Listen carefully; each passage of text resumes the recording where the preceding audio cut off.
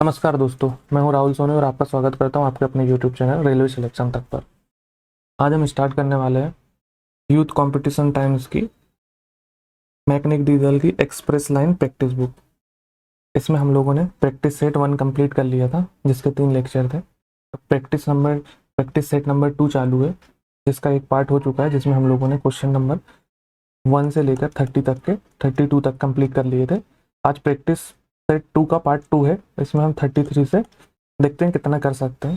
तो आइए बिना समय बर्बाद किए स्टार्ट करते हैं क्वेश्चन नंबर 33 से। इससे पहले मैं आपसे कहना चाहता हूं कि मेरे चैनल पर नए हैं तो चैनल को सब्सक्राइब कीजिए और वीडियो को लाइक कीजिए, कमेंट कीजिए। चलिए स्टार्ट करते हैं क्वेश्चन नंबर 33 से। क्वेश्चन 33 है, निम्न में से किस प्रकार के क्लच को बहुत कम पेडल प्रयास की आवश्यकता होती है? तो option B, diaphragm spring type clutch. ये क्लच सिस्टम टॉपिक से लिया गया क्वेश्चन है। सिंपल भाषा में समझे तो जैसे कुछ व्हीकल में क्लच दबाने पर पैरों में ज़्यादा दर्द होता है, तब ज़्यादा प्रेशर लगाना पड़ता है, और क्लच और कुछ है ना जो बटर जैसे स्मूथ चलते हैं। तो क्वेश्चन में बस यही पूछ रहा है कि सबसे हल्का क्लच कौन सा है। अब ये जो डायाफ्राम स्प्रिंग क्लच का डिज़ाइन ऐसा होता है कि प्रेशर बराबर डिस्ट्रीब्यूट होता है, इसलिए पेडल दबाने में कम ताकत लगती है। अब ट्रैफिक में क्या होता है कि बार बार क्लच दबाने पर यही क्लच सबसे आराम देता है, सबसे धीरे से लगता है। तो ऑप्शन समझ लेते हैं। पहला है एक्सियल स्प्रिंग क्लच, इसमें स्प्रिंग लगे होते हैं इसलिए क्लच हार्ड लगता है। Diaphragm spring clutch, pedal smooth लगता है, कम एफर्ट लगता है, इसलिए आंसर यही होगा। करेक्ट आंसर ऑप्शन बी होगा। टॉक क्लच, ये लॉकिंग मैकेनिज्म में यूज होता है, पेडल सॉफ्टनेस से रिलेशन नहीं है इसका कोई।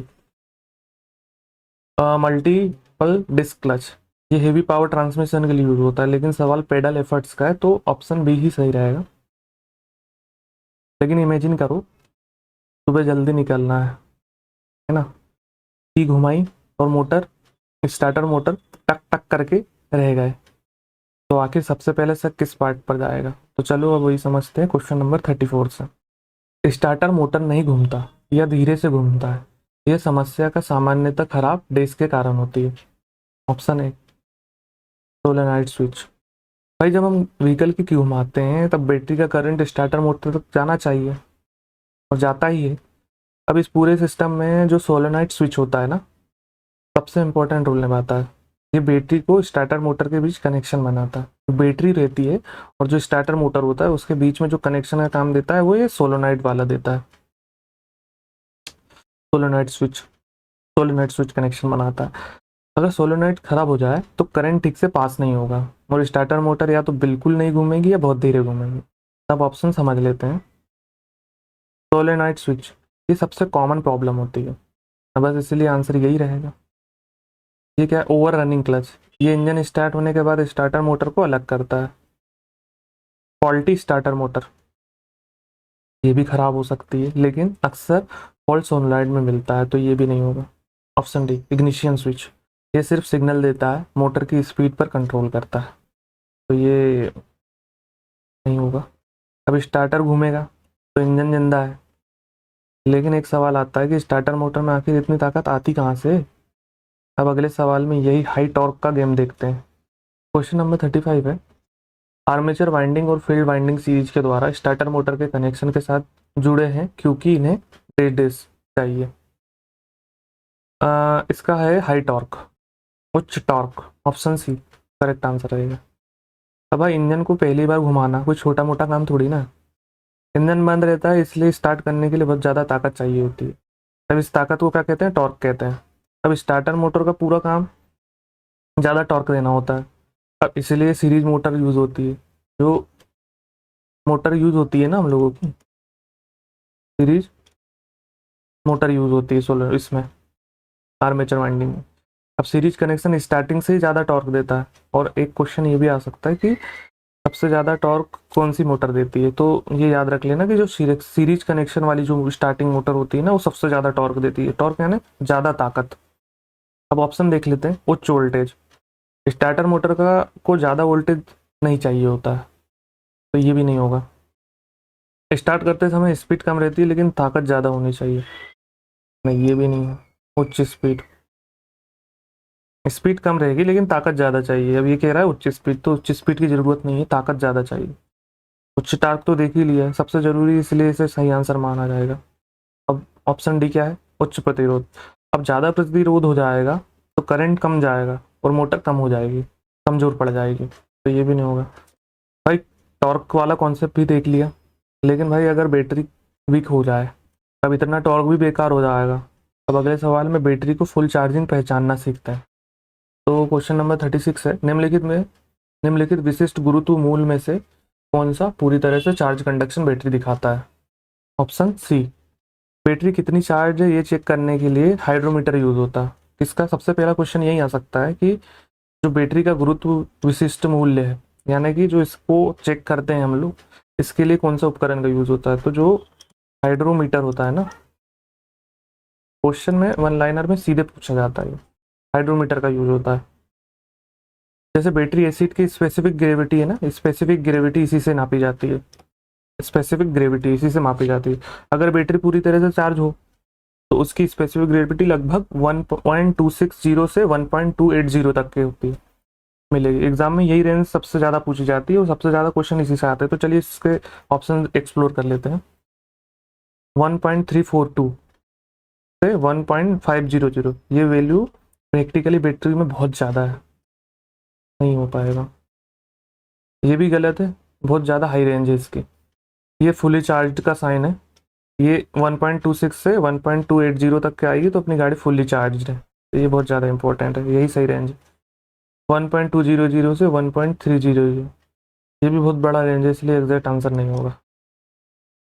अब बैटरी फुल चार्ज भी समझ ली, लेकिन बैटरी चार्ज होती कैसे है, अगले सवाल में समझते हैं। अल्टरनेटर के एसी करंट को डीसी में कौन बदलता है। क्वेश्चन नंबर 37 है, कौन सा घटक अल्टरनेटर के द्वारा पैदा एसी को डीसी में बदल सकता है। तो भैया इसका आंसर हो गया डायोड, ऑप्शन सी।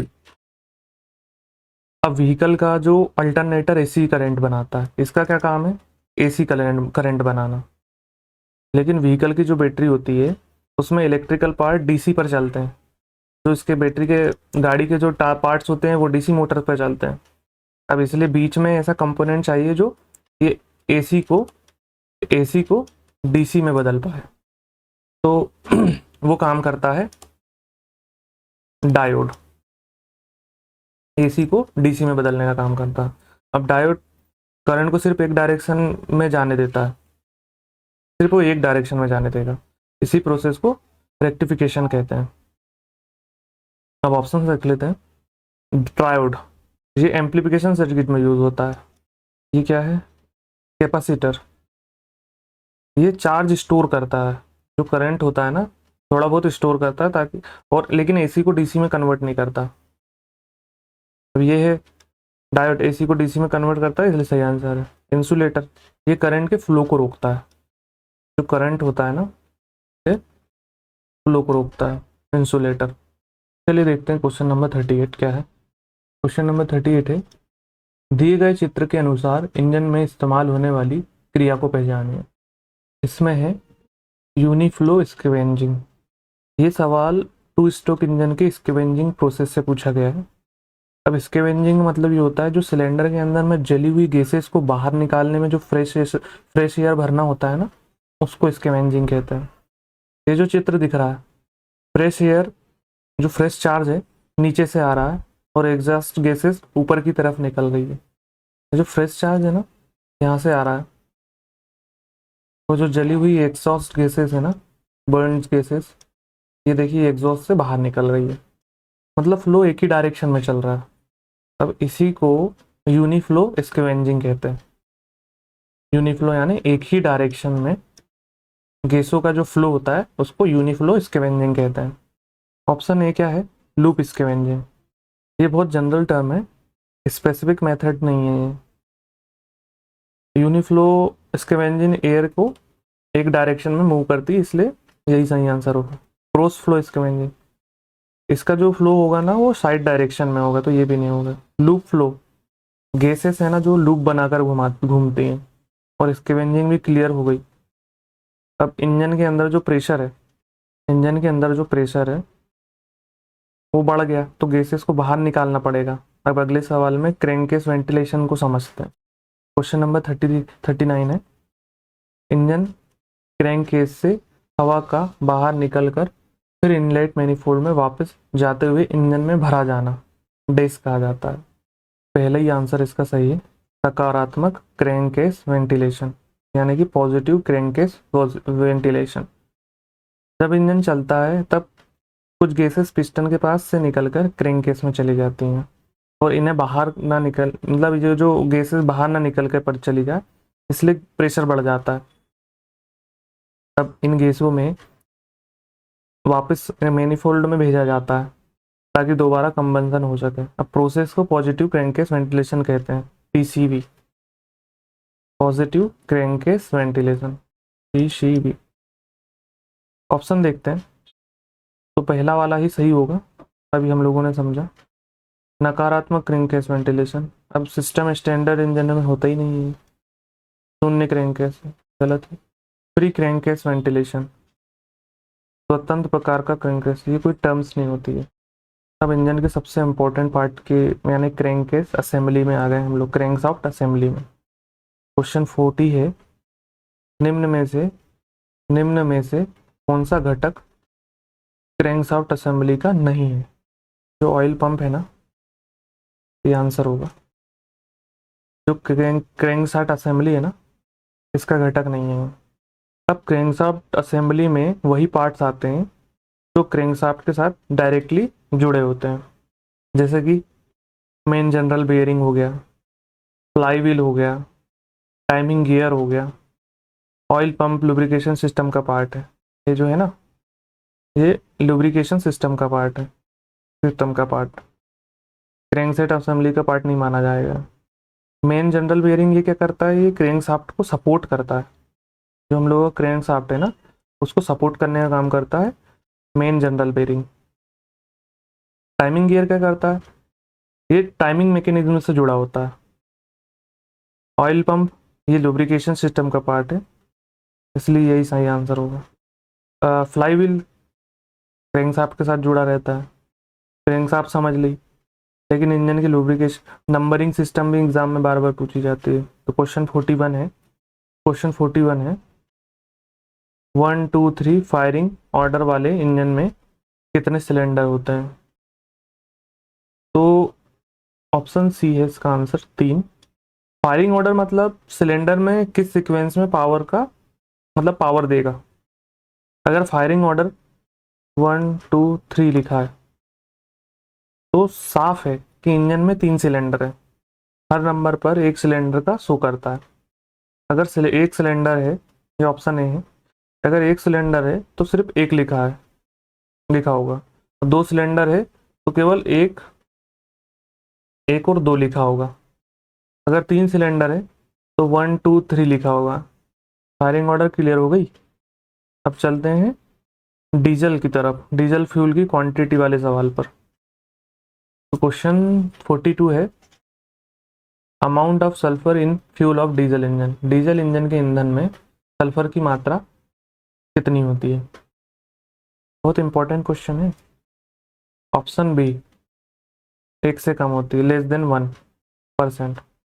अब जो डीजल फ्यूल होता है, फ्यूल ऑफ डीजल इंजन, इसमें सल्फर मौजूद होता है, लेकिन ज़्यादा सल्फर हम लोगों के इंजन के लिए हार्मफुल हो सकता है। इससे क्या होता है, पॉल्यूशन बढ़ेगा और इंजन के जो पार्ट्स होते हैं ना सल्फर से, वो भी खराब होते हैं। इसलिए इसकी मात्रा 1% से भी कम रखी जाती है। जो भारत स्टेज का जो BS5 है ना, उसमें दिया गया 0.5%। ये पॉसिबल वैल्यू हो सकती है, लेकिन स्टैंडर्ड आंसर नहीं है। जनरली स्टैंडर्ड आंसर 1% से लेस ही माना जाएगा। ये फिक्स मतलब 0% भी नहीं होगा, ये भी नहीं होगा। क्वेश्चन 43 है, opening and closing of valve with respect to piston speed is known as, piston की गति के सापेक्ष वाल्वों के खुलने और बंद होने को कहा जाता है। Option D, valve timing. समझते हैं भाई, इंजन में वाल्व होते हैं ना, वो अपने मन से क्लोज और ओपन नहीं होते हैं, सब कुछ पिस्टन की मूवमेंट के हिसाब से होता है। किस समय इनलेट वाल्व खुलेगा, कब एग्जॉस्ट वाल्व बंद होगा, ये पूरा सीक्वेंस वाल्व टाइमिंग कहलाता है। इसी के ऊपर डिपेंड करता है कब वाल्व खुलेगा, कब वाल्व बंद होगा। अगर टाइमिंग थोड़ी सी भी गड़बड़ हो जाएगी ना, तो इंजन का पावर है ना वो कम हो जाएगा और फ्यूल ज़्यादा लगने लगेगा। अब वाल्व लैपिंग क्या होता है? ये वाल्व सीट स्मूथ करने की प्रोसेस होती है। जो सीट होती है ना वाल्व की, उसको स्मूथ करने की प्रोसेस होती है। तो वाल्व लैपिंग भी नहीं होगा। वाल्व फिनिशिंग प्रोसेस यानी कि वाल्व ग्राइंडिंग, ये भी नहीं होगा। ठीक है, वाल्व रिप्लेसिंग, पुराना वाल्व बदलना, ये भी नहीं होगा। वाल्व ओपनिंग क्लोजिंग का सही समय, इसलिए यही करेक्ट आंसर होगा। अब वाल्व टाइमिंग देख ली। अब चलते सिलेंडर के अंदर बनने वाली प्रेशर की तरफ। क्वेश्चन 44 है, mean effective pressure of each cylinder of diesel engine. Diesel engine के प्रत्येक सिलेंडर का मध्य प्रभावी दाब होता है। चलो एक एक करके देख लेते हैं। जो मीन इफेक्टिव प्रेशर मतलब क्या होता है? पिस्टन पर लगने वाला एवरेज प्रेशर। ये क्या होता है? पिस्टन पर लगने वाला जो एवरेज प्रेशर होता है ना, वो मीन इफेक्टिव प्रेशर कहलाता है। अब जो डीजल इंजन में कंबंसन के दौरान प्रेशर काफ़ी ज़्यादा बनता है। जो डीजल इंजन है ना, इसमें कंबंसन के दौरान में जब बहुत ज़्यादा प्रेशर बनता है, लेकिन उसका जो एवरेज इफेक्टिव प्रेशर होता है ना, लगभग जो 8 से 10 बार होता है। अब एग्ज़ाम में यही रेंज पूछी जाती है, 25 से 35 बार। ये बहुत ज़्यादा वैल्यू, ये भी नहीं होगा। 8 से 10 बार करेक्ट आंसर है, यही रेंज होती है। 10 से 15 स्टैंडर्ड एवरेज से ज़्यादा है ये। 10 से 20 ये तो बहुत वाइड रेंज है, ये तो होगी नहीं। भाई प्रेशर क्लियर हो गया। अब चलते हैं अगले टाइप के इंजन की तरफ। Radial piston engine is used for. Radial piston engine का उपयोग किया जाता है। रेडियल पिस्टन इंजन है ना, जो सिलेंडर में गोल शेप के होते हैं। ये इंजन हाई पावर और स्मूथ परफॉर्मेंस के लिए यूज होता है। हाई स्पीड एप्लीकेशन में इसका सबसे ज़्यादा यूज होता है। एग्जाम पॉइंट ऑफ से रेसिंग कार सबसे अच्छा इसका एग्जाम्पल माना जाएगा रेडियल इंजन का। तो चलो देखते हैं ऑप्शन 1, पनडुब्बी इंजन, सबमरीन इंजन। इसमें डिफरेंट टाइप का इंजन यूज होता है। स्टम इंजन, ये तो कम्प्लीटली अलग ही है। External engine combustion engine use होता है इसमें, ये तो अलग ही कॉन्सेप्ट हो जाएगा। वाटर बोट इंजन, जो बोट इंजन होता है ना, वो भी अलग डिज़ाइन का होता है। रेसिंग कार, रेसिंग कार क्या है? हाई परफॉर्मेंस एप्लीकेशन है। जो रेसिंग कार होती है हाई परफॉर्मेंस एप्लीकेशन होती है, इसी के कारण इसका यूज़ होता है रेडियल पिस्टन इंजन का। यही आंसर सही होगा। भाई इंजन के टाइप भी क्लियर हो गए। अब हीट ट्रीटमेंट प्रोसेस की दुनिया में चलते हैं। चलिए क्वेश्चन नंबर 46 है, which of the following heat treatment process is use to reduce internal stress of harden tool. कठोरीकृत औजारों हार्डन टूल के आंतरिक तनाव को कम करने के लिए सामान्यतः निम्नलिखित में से किस ऊष्मीय उपचार विधि का प्रयोग किया जाता है? जब किसी टूल को, कोई जो टूल होता है उसको हार्ड किया जाता है ना, तो उसके अंदर जो स्ट्रेस पैदा होता है, अगर वो स्ट्रेस ज़्यादा हो जाए तो ये जो टूल है ना, ये क्रैक हो जाएगा। अब स्ट्रेस को कम करने के लिए क्या किया जाता है? टेम्परिंग, टेम्परिंग प्रोसेस की जाती है। इसमें क्या होता है, जो मेटल को दोबारा हीट करके धीरे धीरे कूल किया जाता है। This is called tampering.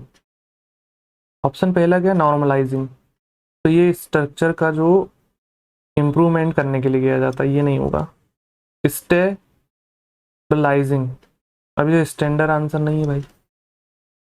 Internal जो टेम्परिंग है ना, इसमें क्या होता है, जो इंटरनल स्ट्रेस को कम करती है, इसलिए यही सही आंसर हो जाएगा। एनेलिंग, ये मेटल को सॉफ्ट करने की विधि, इसमें क्या करते हैं, मेटल को सॉफ्ट किया जाता। टेम्परिंग क्लियर हो गई। अब सरफेस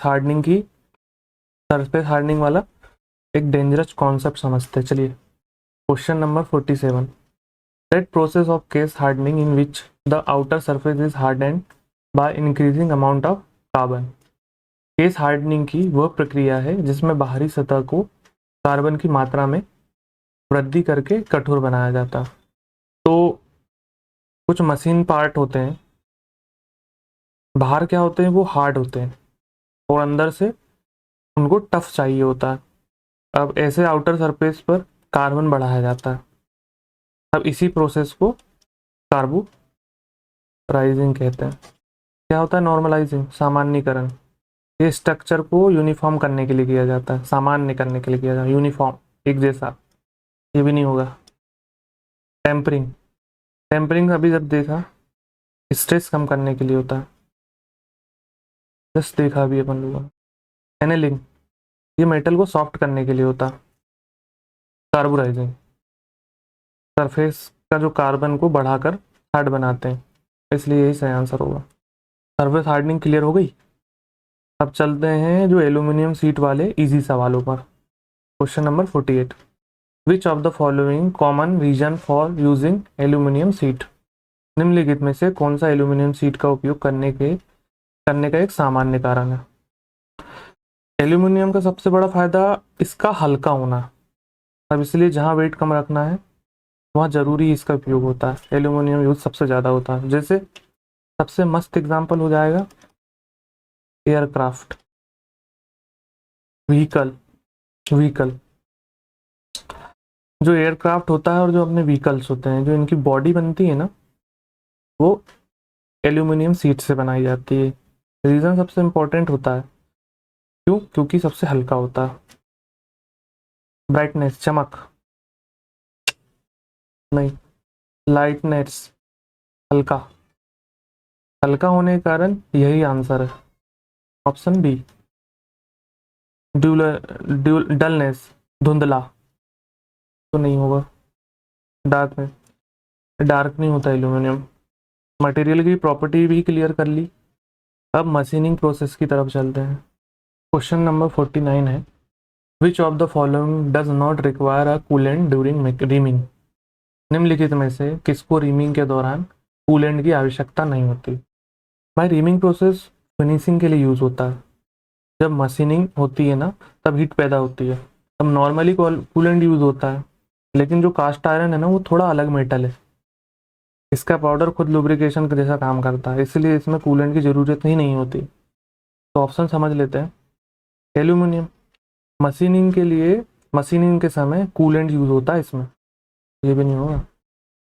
हीट ज़्यादा बनती है, इसलिए इसमें भी कूलेंट चाहिए इस पात में। कास्ट आयरन, ढलवा लोहा है ना जो, इसमें कूलेंट की ज़रूरत नहीं पड़ती। अभी मैंने बताया, इसका जो पाउडर होता है ना, खुद लुब्रिकेशन जैसा काम करता है।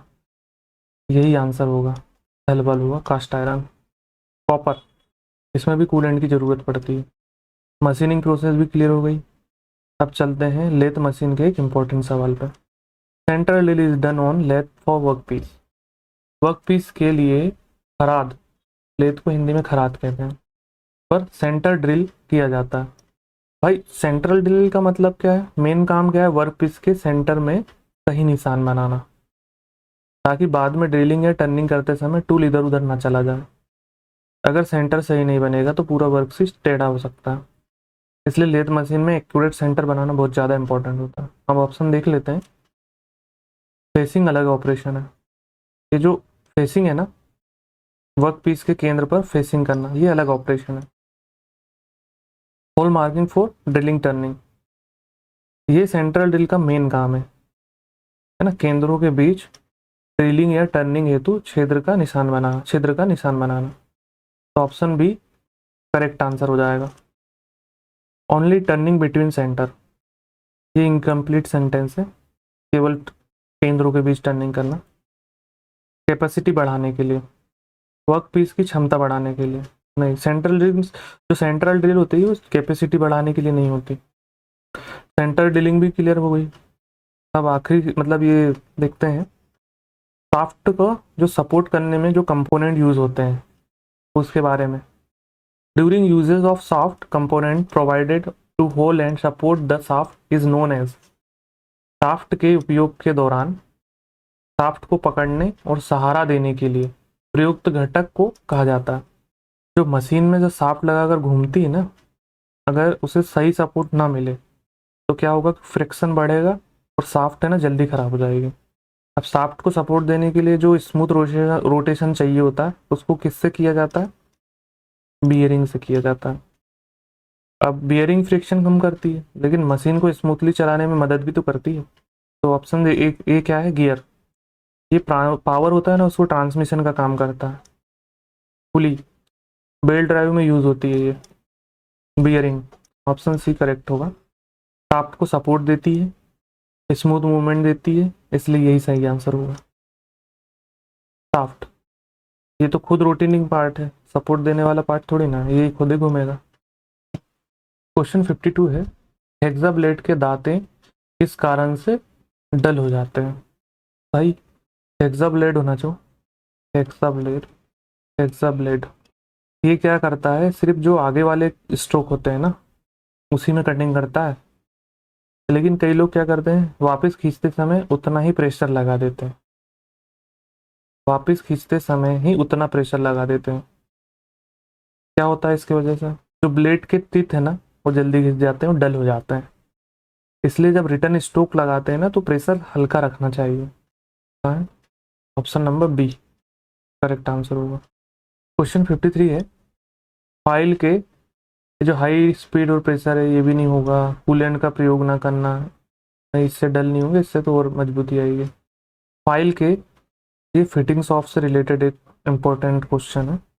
फाइल के फेसों को थोड़ा कॉन्वेक्स बनाने के का कारण क्या हो? मतलब बनाने के लिए निम्नलिखित में से कौन सा कारण नहीं है? फाइल को थोड़ा सा कॉन्वेक्स बनाया जाता है ताकि जो फाइलिंग है ना वो स्मूथ हो सके, इसमें मूवमेंट अच्छा रहे, वर्क जो वर्क पीस पर कंट्रोल बना रहे। लेकिन पर्पस इसका क्या है? फ्रिक्शन, जो पर्पस है फ्रिक्शन कम करना नहीं होता। तो ऑप्शन सी करेक्ट रहेगा। फाइल के फेसों और जॉब की सरफेस के बीच घर्षण घटाना, घर्षण कम करना नहीं होता है, मेन काम होता है घर्षण बढ़ाना। अब क्या देखना है अपने को? थ्रेड मेजरमेंट वाला सवाल समझते हैं। द डिस्टेंस बिटवीन 54 है, the distance between the crest and root, crest and root of thread measured normally with respect to axis is called। अक्ष के सापेक्ष सामान्य रूप से मापी गई थ्रेड व थ्रेड के जो क्रेस्ट और रूट के बीच की दूरी को कहा जाता है। थ्रेड का सबसे ऊपर वाला हिस्सा क्रेस्ट कहलाता है और नीचे वाला हिस्सा रूट कहलाता है। इन दोनों के बीच जो वर्टिकल की दूरी होती है उसको डेप्थ ऑफ थ्रेड कहते हैं। एग्जाम में डेफिनेशन डायरेक्ट पूछी जाती है, डेप्थ ऑफ थ्रेड। अब मेजरिंग टूल वाले क्वेश्चन पे आ जाते हैं। 55 है, कॉम्बिनेशन का जो हिस्सा होता है, कॉम्बिनेशन सेट का जो हिस्सा होता है कौन सा नहीं है? Not a part of combination set, combination set का हिस्सा नहीं है। तो क्या नहीं है? स्लिप गेज नहीं है, सेंटर हेड है, प्रोटेक्टर हेड है, स्क्वायर हेड है। कॉम्बिनेशन सेट में सामान्य तरह स्क्वायर हेड होगा, प्रोटेक्टर हेड होगा, सेंटर हेड आएगा, लेकिन स्लिप गेज अलग है। ये स्लिप गेज क्या है? प्रिसीशन मेजरिंग टूल है, ये कॉम्बिनेशन सेट का हिस्सा नहीं होगा। अब हम लोग अलाइनमेंट चेक देख लेते हैं। मेजरिंग टूल देख लिया, जो अलाइनमेंट चेकिंग होती है वो कैसे होती है। क्वेश्चन 56 है, block level can be use to check, block level का उपयोग की जांच करने के लिए किया जाता है। अब ब्लॉक लेवल जो मशीन की अलाइनमेंट चेक करने के लिए यूज होता है, हॉरिजॉन्टल और वर्टिकल दोनों अलाइनमेंट चेक किए जाते हैं इससे, इसलिए जो ऑप्शन बी है हॉरिजॉन्टल एंड वर्टिकल अलाइनमेंट, ऊर्ध्वाधर एवं क्षैतिज संरेखण, यही सही आंसर होगा। दोस्तों आज के लिए इतना ही रखते हैं, आगे के क्वेश्चन हम नेक्स्ट क्लास में देखेंगे। तब तक के लिए आप चैनल को सब्सक्राइब कीजिए, और इस चैनल पर नए हैं रेलवे सिलेक्शन तक के तो इसको सब्सक्राइब कीजिए, वीडियो को लाइक शेयर कीजिए। थैंक यू, मिलते हैं नेक्स्ट लेक्चर में।